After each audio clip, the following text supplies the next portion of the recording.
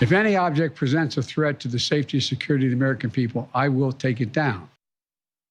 President Biden saying today he won't apologize for taking down the first Chinese spy balloon earlier this month. Mr. Biden also said today the other unidentified objects likely didn't pose any threats. Virginia Senators Tim Kaine and Mark Warner shared their concerns about the objects earlier today.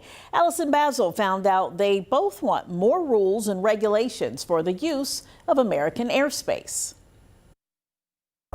A fighter jet from Langley Air Force Base brought down a suspected Chinese spy balloon on February 4th off the Carolina coast. I make no apologies for taking down that balloon. The balloon floated into U.S. airspace a week prior. Today, President Joe Biden says he waited to act at the advice of military leaders. It was the size of multiple school buses. Virginia Senator Tim Kaine is eager to learn more from the balloon debris collected. A deeper window into the Chinese aerial surveillance program, and we'll get more information about it when we unpack the material we've been able to recover. Now all eyes are on 3 flying objects shot down last week over Alaska, Canada, and Lake Huron. President Biden says they are likely tied to research or private companies. Senator Kaine and Virginia Senator Mark Warner say even if the objects aren't a threat, they were in civilian airspace, which raises concerns. I'm hoping that we will find some of the remnants as soon as possible. Why would there be any objects up in civilian airspace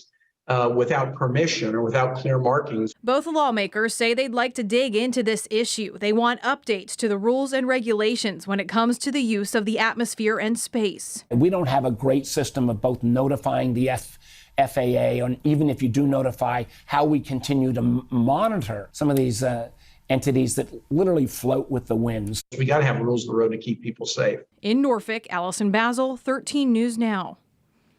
President Biden says he asked his team to come back with sharper rules for dealing with unidentified objects in American airspace moving forward. Once complete, he says he will share the policy parameters with Congress.